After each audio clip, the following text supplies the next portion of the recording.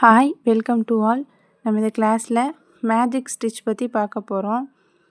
இதுக்கு நம்ம silk thread தான் எடுத்துக்க போகிறோம். நான் 2 கலரில் எடுத்துக்கிறேன். இப்போ நம்ம 2 கலரில் எடுத்துக்கிட்டாச்சு.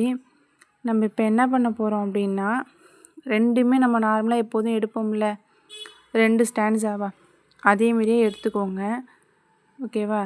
எடுத்துகிட்டு நான் ஃபஸ்ட்டு இப்போ ஒரு ஸ்ட்ரைட் லைன் வரைஞ்சிருக்கேனா அதிலே போடணும். இப்போ செயின் ஸ்டிச் நார்மல் செயின் இருக்குது பார்த்தீங்களா, அதுதான் நம்ம போட போகிறோம். நார்மல் செயின் இப்போ நான் 1 எடுத்திருக்கேனா, அப்புறமா 2வது என்ன பண்ணுறோம் அப்படின்னா அதை விட்டுடுங்க. அதை விட்டுட்டு இன்னொரு கலர் த்ரெட் எடுத்துருக்கோம் பார்த்தீங்களா, அந்த இதையும் நம்ம கீழேருந்து எடுக்க போகிறோம்.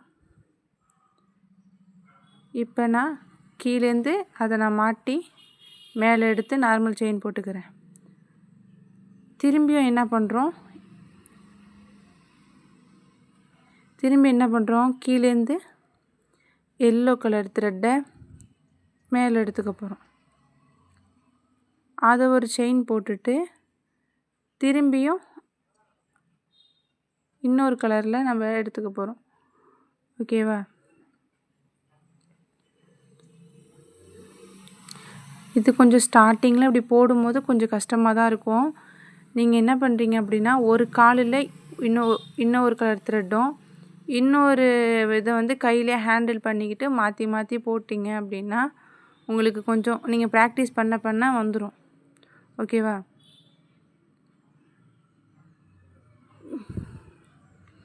இதை வந்து நீங்கள் லூஸாக மேலே விட்டாலோ உங்களுக்கு வந்து டோட்டலாக எல்லாம் திரும்பியும் வந்து கிளண்டுடும். ஓகேவா? அதனால் கொஞ்சம் கரெக்டாக ஹேண்டில் பண்ணி எடுத்துக்கோங்க.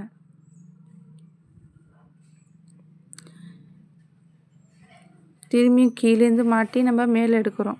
ஓகேங்களா? இதுதான் இதோட மெத்தடு.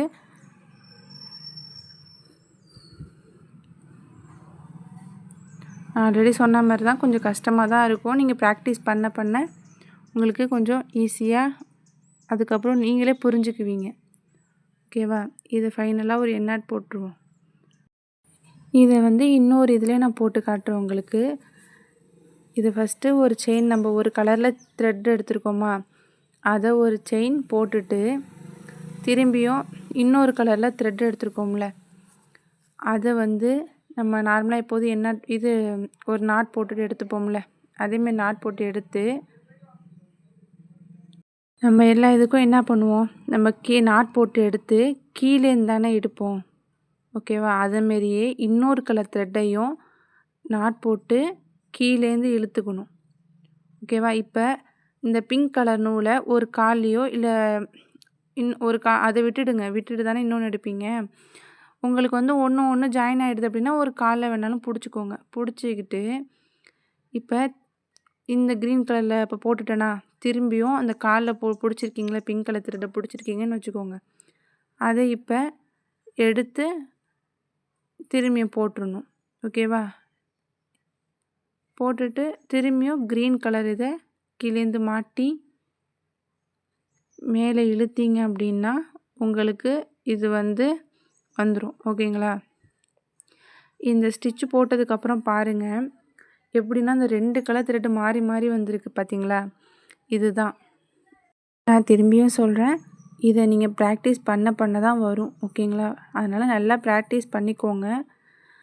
இதில் கம்பல்சரியாக நீங்கள் ஒரு டிசைன் வந்து செலக்ட் பண்ணி போட்டு ஆகணும். ஏன்னா நீங்கள் போட தான் நான் ப்ராக்டிஸ் ஆகணும்னு சொல்லியிருக்கேன் ஆல்ரெடி. அதனால் நீங்கள் கம்பல்சரி இதுக்கு ஒன்று டிசைன் வந்து செலக்ட் பண்ணி போட்டுருங்க.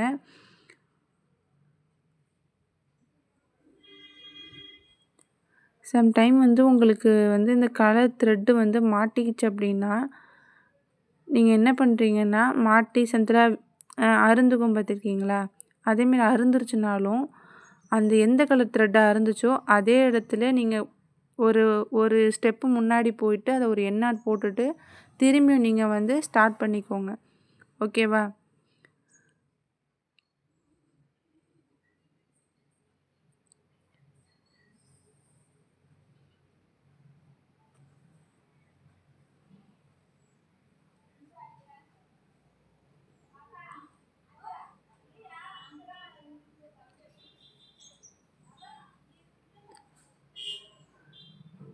இது ஃபைனலாக ஒரு எண்ட் நாட் போட்டுருவோம்.